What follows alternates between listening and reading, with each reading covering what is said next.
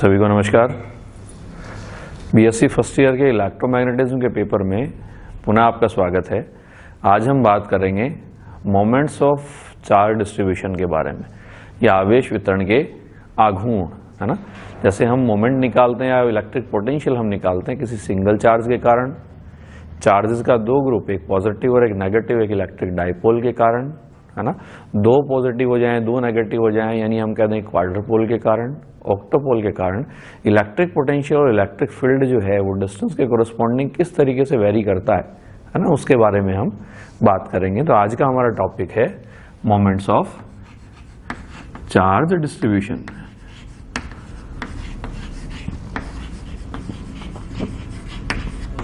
Moments of charge distribution, या हम कहते हैं आवेश वितरण के आघूर्ण। आवेश वितरण के आघूर्ण, ठीक है।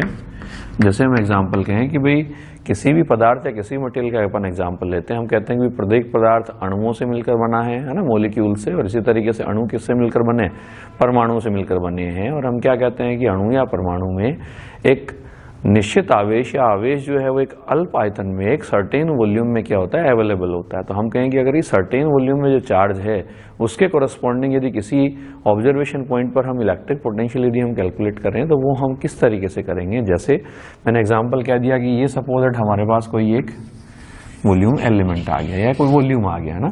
इस वॉल्यूम को हमने क्या कर दिया, जैसे तीन तरह की डायरेक्शन हमने बता दी। एक डायरेक्शन हमने कह दी एक्स डायरेक्शन आ गई, वाई डायरेक्शन आ गई और जेड डायरेक्शन आ गई, ठीक है। इस वॉल्यूम को हमने अलग अलग वॉल्यूम एलिमेंट्स में डिवाइड कर दिया इस तरीके से, ठीक है।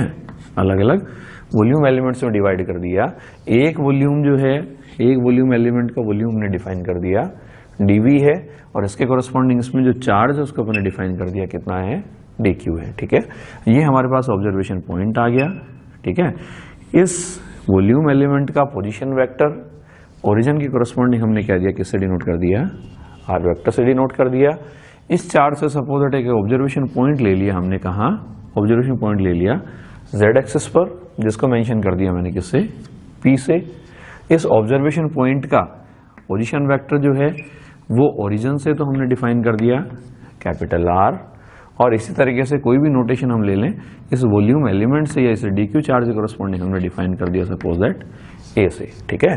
तो लॉ ऑफ वेक्टर एडिशन क्या कहता है, अगर ये आर वेक्टर है, ये ए वेक्टर है, तो वैल्यू क्या बनी, r vector equal to value बनेगी ए वेक्टर आ गया प्लस में वैल्यू आ गई स्मॉल आर, या ए इक्वल टू वैल्यू आ गई कैपिटल आर माइनस वैल्यू आ गई स्मॉल आर, ठीक है। और ये एंगल मैंने डिफाइन कर दिया कितना है, थीटा है, ठीक है। अब मैं कह दूं कि भाई जैसे सपोज दैट हम कहते हैं वॉल्यूम चार्ज डेंसिटी की डेफिनेशन हम डिफाइन करते हैं, तो हम क्या कहते हैं कि वॉल्यूम चार्ज डेंसिटी चार्ज पर unit volume rho equal to value आ गई dQ अपॉन ए वैल्यू आ गई dV, या dQ इक्वल टू वैल्यू कितनी आ गई, dQ इक्वल टू वैल्यू आ गई रो आ गया और वैल्यू आ गई dV आ गया, या Q इक्वल टू वैल्यू आ गई इंटीग्रेशन आ गया, रो आ गया, dV आ गया और वॉल्यूम इंटीग्रेशन आ गया, ठीक है। अब ये जो चार्ज डेंसिटी है, अब ये चार्ज डेंसिटी हमारे पास यूनिफॉर्म मतलब हम कहें कि भाई इसकी वैल्यू कांस्टेंट है या हर पोजीशन कोऑर्डिनेट के कोरस्पॉन्डिंग वेरी कर रही है, ठीक है।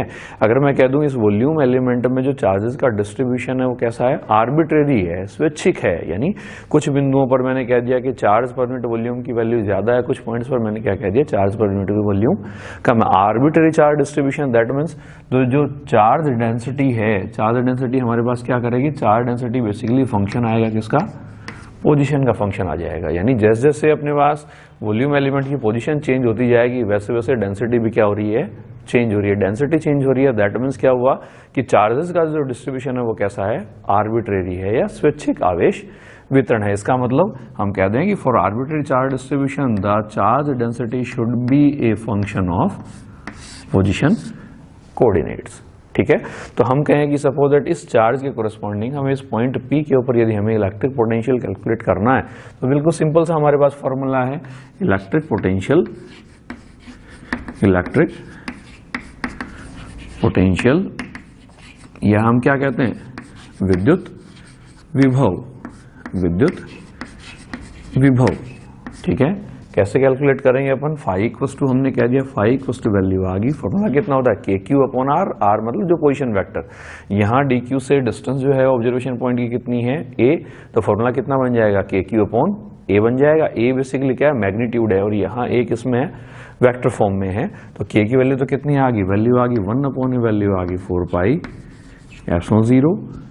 ठीक है, अगर एक वॉल्यूम एलिमेंट के कोरस्पॉन्डिंग लेता हूं तो मैं इसको क्या लिख दूं, डी फाई लिख दूं, और पूरे अगर है ना ये सारे कोरस्पॉन्डिंग यदि हम निकालना चाहें तो मैं क्या लिख दूं, वैल्यू आ गई डी क्यू आ गया, या डी क्यू की जगह क्या कह दूं, इसको ऐसे लिख दूं, इंटीग्रेशन आ गया, वॉल्यूम इंटीग्रेशन आ गया, और वैल्यू आ गई रो फंक्शन आ गया किसका, आर का, और वैल्यू आ गई डीवी, और अपॉन वैल्यू आ गई ऑब्जर्वेशन पॉइंट की डिस्टेंस आ गई। तो ये हमारे पास एक जनरल एक्सप्रेशन आ गया किसका, electric potential due to arbitrary charge distribution. ठीक है, अब हमने कहा कि vector law of vector addition से हमने वैल्यू कैलकुलेट करी कि a vector equal to value है, a vector equal to value है आर माइनस वैल्यू आ गई आर, हमें वैल्यू निकालनी है 1 अपॉन ए, है ना, 1 अपॉन ए निकालना है तो इसका मैग्नीट्यूड निकालना पड़ेगा, तो मैं क्या कह दूं, a square equal to value आ गई are square plus mod of R square minus value आ गई ट्वाइस आर डॉट में वैल्यू आ गई आर, डॉट प्रोडक्ट हटाएं तो वैल्यू कितनी बनेगी, वैल्यू आ गई हमारे पास R square plus small of R square minus value आ गई twice capital R small R, value आ गई cos of theta raise to power value आ गई 1/2। अगर मैं वैल्यू निकालूं, वैल्यू निकालनी है हमें 1 अपॉन ए की, है ना, इसको दे दिया मैंने इक्वेशन नंबर फर्स्ट दे दिया। ठीक है, अगर 1 अपॉन ए की वैल्यू निकालनी है तो मैं क्या करूं, देखो यहाँ से आर स्क्वायर कॉमन निकालूं, पावर 1/2 है, बार कितना आएगा आर बार आएगा, 1 अपॉन ए करना है तो वैल्यू कितनी आ गई 1 upon are, 1 plus small R square upon value आ capital R square minus value आ गई twice small are upon capital R, value आ गई cos of theta raise to power value आ गई माइनस ऑफ 1/2। 1 अपॉन ए करेंगे पावर आ जाएगा minus of 1/2। ठीक है, अब देखो इसको अगर हम और सोल्व करें तो इसी फैक्टर को मैं क्या लिख सकता हूँ, ऐसे लिख दूं 1 upon a equals to value आ गई 1 अपॉन आर, फिर वैल्यू आ गई 1 प्लस में वैल्यू आ गई, इस फैक्टर को अपन ने ऐसे लिख दिया आर स्क्वायर अपॉन वैल्यू आ गई capital of R square minus twice small are upon value आ गई कैपिटल आर, वैल्यू आ गई cos of theta raise to power value है माइनस 1/2। ठीक है, इसको एक्सपेंड करते हैं अपन, एक्सपेंड करेंगे तो देखो यही फैक्टर कितना बन जाएगा 1 upon a equals to 1 upon a equals to value आ गई 1 अपॉन आर, और वैल्यू आ गई 1 माइनस वैल्यू आ गई 1/2, वैल्यू आ गई आर स्क्वायर अपॉन वैल्यू आ गई capital R square minus twice small are upon capital R cos of theta, फिर वैल्यू आएगी कितना होगा n माइनस 1 अपॉन फैक्टोरियल 2, तो minus 1/2 into minus 1/2 minus 1 upon factorial 2, तो कितना बन जाएगा, वैल्यू बन जाएगी 3/2 और वैल्यू बन जाएगी 3/8, वैल्यू आ गई प्लस में वैल्यू आ गई 3/8 और वैल्यू आ गई आर स्क्वायर अपॉन वैल्यू आ गई capital R square minus twice small are upon capital R cos theta का स्क्वायर आ गया एंड सो ऑन, है ना, आगे तक वैल्यूज आ जाएंगी। ठीक है, और सॉल्व करें यदि हम इस एक्सप्रेशन को और सॉल्व करें तो देखो यही रिजल्ट कुछ इस तरीके से आ जाएगा, है ना, इसको और सॉल्व कर लेते हैं अपन, तो रिजल्ट कितना बना 1 upon a equals to value आ गई 1 अपॉन आर, और वैल्यू आ गई 1 minus 1/2 small R square upon capital R square minus twice small are upon capital R, value आ गई cos of theta plus value आ गई 3/8। ठीक है, पावर कितना है, इसका स्क्वायर है, स्क्वायर को हम एक्सपेंड कर दें तो वैल्यू कितनी बनी, देखो वैल्यू बन गई r is to power 4 upon capital r is to power 4, फिर वैल्यू आ गई प्लस आ गया, वैल्यू आ गई 4 r स्क्वायर अपॉन वैल्यू आ गई r square cos square theta. ठीक है, और फिर वैल्यू आ गई माइनस में वैल्यू आ गई 2ab यानी वैल्यू आ गई 4 r³ अपॉन वैल्यू आ गई कैपिटल r³ और वैल्यू आ गई cos of theta and so on, है ना, या 1 अपॉन ए इक्वल्स टू देखो वैल्यू कितनी बनी 1 upon a equals to value है 1 अपॉन आर, 1 माइनस वैल्यू आ गई। अब देखो मैं अगर इसके ऑर्डर के कोरस्पॉन्डिंग चलें, सबसे पहले हम स्मॉल r का कंपोनेंट ले लें, है ना। r⁻0 तो कितना हो गया, 1 हो गया। r⁻1 का अगर मल्टीप्लिकेटिव निकालता हूं तो देखो इसमें कितना बनेगा, -1/2 माइनस माइनस प्लस बनेगा, 2 से 2 कैंसिल हो जाएगा, तो वैल्यू कितनी बनेगी, small r upon capital R cos theta. r⁻1 की और कोई टर्म नहीं है यहाँ, तो इसका मतलब वैल्यू कितनी बनेगी, वैल्यू आ गई देखो प्लस में वैल्यू आ गई 1 plus small r upon capital R और वैल्यू आ गई कोस ऑफ थीटा। फिर r⁻1 के बाद यदि मैं r² की टर्म लेता हूँ तो r² की एक तो टर्म क्या बनेगी, माइनस वैल्यू आ गई 1/2 into r² upon capital R²। फिर एक r² की टर्म कौन सी बनेगी, 4r² अपॉन वैल्यू आ गई कैपिटल R²। 3/8 इसके मल्टीप्लीकेशन में है, तो देखो टर्म कितनी बनेगी, 3/8 मल्टीप्लीकेशन में है, ये इससे मल्टीप्लाई होगा तो वैल्यू आ गई, पहली बात तो आ गई प्लस, ठीक है। फिर वैल्यू आ गई कितना बना, देखो 2 आ गया, 3/2 आ गया, r² अपॉन वैल्यू आ गई कैपिटल R², वैल्यू आ गई cos² थीटा, ठीक है। और ये फैक्टर किसका बना, माइनस का, तो माइनस वैल्यू आ गई r² अपॉन वैल्यू आ गई 2r² एंड सो ऑन, ठीक है। या यही फैक्टर अगर मैं और सोल्व करना चाहूं तो देखो कितना बनेगा, यही टर्म आ जाएगी कुछ इस तरीके से 1/a इक्वल्स टू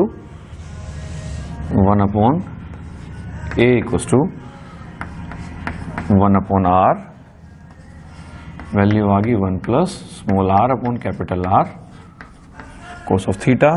फिर वैल्यू आ गई, यहाँ से कितना आ गया, 2r² कॉमन निकाल लें, प्लस में वैल्यू आ गई और ऊपर कितना बन गया, 3 आ गया, वैल्यू आ गई r², ये भी कॉमन आ जाएगा ना, वैल्यू आ गई 3 आ गया, cos² थीटा माइनस वैल्यू आ गई 1 और इंटू वैल्यू आ गई r² अपॉन वैल्यू आ गई twice r² and so on, ठीक है। या 1/a की वैल्यू कितनी बनी, 1/a इक्वल्स टू वैल्यू आ गई 1/r plus small r upon r² cos theta, plus में वैल्यू आ गई 3 cos² theta minus 1 into value आ गई r² अपॉन वैल्यू आ गई twice r³ and so on, ठीक है। तो इलेक्ट्रिक पोटेंशियल जो हम डिफाइन कर रहे थे, उस इलेक्ट्रिक पोटेंशियल का हमने इक्वेशन नंबर फर्स्ट दी थी, इक्वेशन नंबर फर्स्ट को हमने कुछ डिफाइन किया था इस तरीके से, हमने कहा था कि भाई ये हमने कहा था ये थी हमारे पास इक्वेशन नंबर, जिसको इसको दे दिया हमने सेकंड। अब इलेक्ट्रिक पोटेंशियल की यदि हम बात करते हैं, फाई इक्वल्स टू फॉर्मूला था 1/, वैल्यू आ गई 1/4πε0, वैल्यू थी वॉल्यूम इंटीग्रेशन, रो था, रो किसका फंक्शन था, रो फंक्शन था r का, है ना, dv अपॉन वैल्यू आ गई a, 1/a की वैल्यू रखें यहाँ, तो देखो फाई इक्वल्स टू वैल्यू क्या बनी, पहला फैक्टर आ गया 1/4πε0 और वैल्यू आ गई इंटीग्रेशन में 1/a, वैल्यू कितनी आ गई, रो आ गया, r आ गया, dv आ गया अपॉन वैल्यू आ गई कैपिटल ऑफ r, है ना। dv मतलब किसके कोरस्पॉन्डिंग, d³ r के कोरस्पॉन्डिंग हमारे पास वैल्यू निकलेगी, ठीक है। दूसरा फैक्टर क्या बनेगा, 1/4πε0 ना, इक्वेशन 2 को हम पुट कर रहे हैं किसमें, इक्वेशन नंबर 1 में, है ना, तो पहला फैक्टर लिख दिया। ऐसे दूसरा फैक्टर कितना बनेगा, वॉल्यूम इंटीग्रेशन आ गया, रो आ गया r cos theta upon value आ गई r² और वैल्यू आ गई dv प्लस वैल्यू आ गई 1/4πε0 इंटीग्रेशन आ गया v और वैल्यू आ गई रो, है ना, रो किसका फंक्शन है, रो फंक्शन है किसका, r का फंक्शन है, बार बार लिखने की आवश्यकता नहीं है वैसे तो। रो आ गया, r आ गया, वैल्यू आ गई 3 cos² थीटा माइनस 1 और वैल्यू आ गई r² अपॉन वैल्यू आ गई ट्वाइस r³ और वैल्यू आ गई dv के बराबर एंड सो ऑन, ठीक है। तो देखो फाई इक्वल्स टू ये फैक्टर आ गया, वैल्यू आ गई p अपॉन में, इसको पहले जो टर्म है इसको भी लिख दिया मैंने p0 अपॉन वैल्यू आ गई 4πε0 r, ठीक है।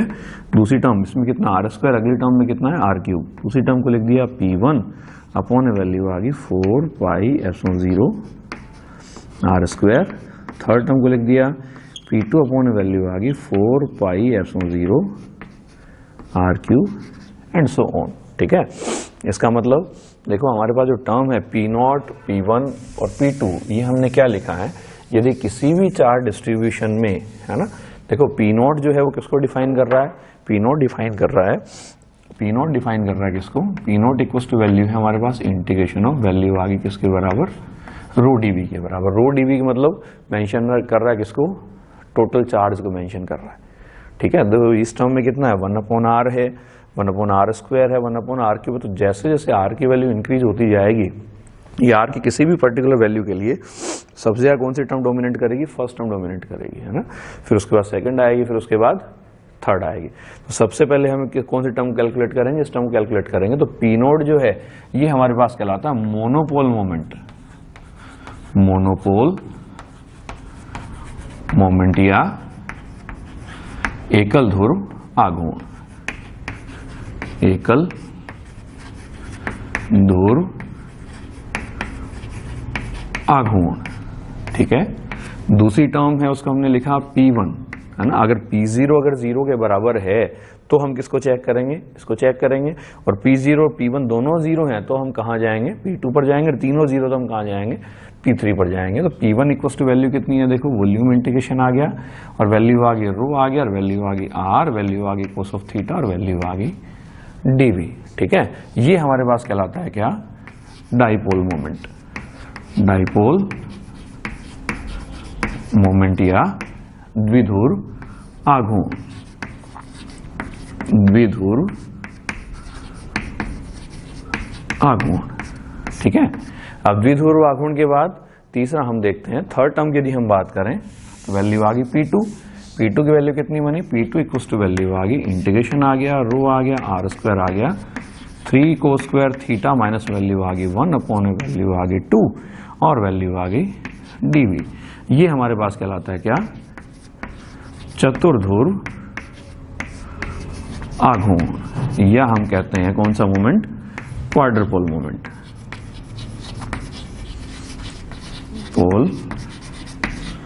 मोमेंट, ठीक है।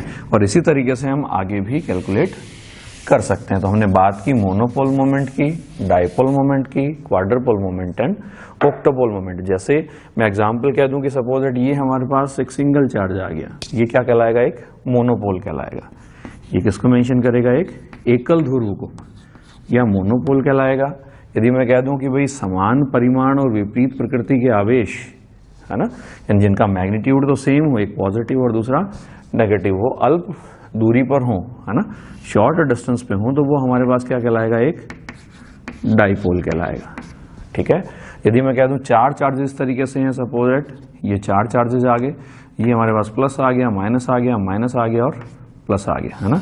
ये चार चार्जेस हैं, चारों चार्जेस मिलकर क्या बनाएंगे, ये बनाएंगे हमारे पास क्या, क्वाड्रुपोल, ठीक है। और भी हम एग्जांपल कहें कि भाई अगर हमारे पास इस तरीके से 8 चार्जेस हैं, वो इस तरीके से अगर अवेलेबल हैं, तो वो क्या बनाएंगे, ऑक्टोपोल बनाएंगे। प्लस आ गया, माइनस आ गया, प्लस आ गया, माइनस आ गया, माइनस आ गया, प्लस और माइनस और प्लस। तो ये किसको मेंशन करेगा, ऑक्टोपोल के अष्ट ध्रुव, यानी इसमें कितने ध्रुव आ गए, 8 ध्रुव आ गए। इसका जो इलेक्ट्रिक पोटेंशियल है वो डिस्टेंस के ऊपर कैसे मेंशन करता है, 1/r, ठीक है। डाइपोल है, डाइपोल के लिए कैसे मेंशन करेगा, डाइपोल के लिए डिपेंडेंस होती है 1/r²। अपन ने पहले एक्सप्रेशन कैलकुलेट किया था इसका। क्वाड्रपोल है, उसके लिए आ गया 5 प्रोपोर्शनल वैल्यू आ गई, 1 वैल्यू आ गई r³। और यदि अपन और भी अगर ऑक्टोपोल की तरफ अगर हम जाते हैं तो प्रोपोर्शनल आ गया 1 वैल्यू आती r⁴, ठीक है। इलेक्ट्रिक फील्ड की बात करें तो हम कहते हैं electric field can be defined as the negative gradient of electric potential. तो इलेक्ट्रिक पोटेंशियल का हमें नेगेटिव ग्रेडियंट निकालना है या रेट ऑफ चेंज निकालनी है ना। तो इसके लिए अगर मैं मोनोपोल, है ना, इलेक्ट्रिक फील्ड के लिए फॉर्मूला क्या पढ़ते हैं, E/kq/r², फॉर्मूला आता है 1/r²। इसके लिए अगर इलेक्ट्रिक फील्ड मेंशन करूं वैल्यू आती है 1/r³। इसके लिए मेंशन करेंगे तो प्रोपोर्शनल वैल्यू आएगी 1/r⁴, और डिफरेंशिएशन करेंगे तो पावर बढ़ती चली जाएगी। ये आ गया, प्रोपोर्शनल आ गया, 1 वैल्यू आ गई r⁵ आ गया, ठीक है। तो ये हमारे पास एक जनरल एग्जांपल आ गया किसका, मोमेंट्स ऑफ चार्ज डिस्ट्रीब्यूशन, है ना। मोमेंट्स एकल ध्रुव आ गया, द्विध्रुव आ गया, चतुर्ध्रुव आ गया एंड अष्ट ध्रुव आ गया, क्वाड्रपोल मोमेंट। और इससे ऊपर भी हम बात कर सकते हैं। तो जल्द मिलते हैं एक नई वीडियो में। बहुत बहुत धन्यवाद, थैंक यू सो मच।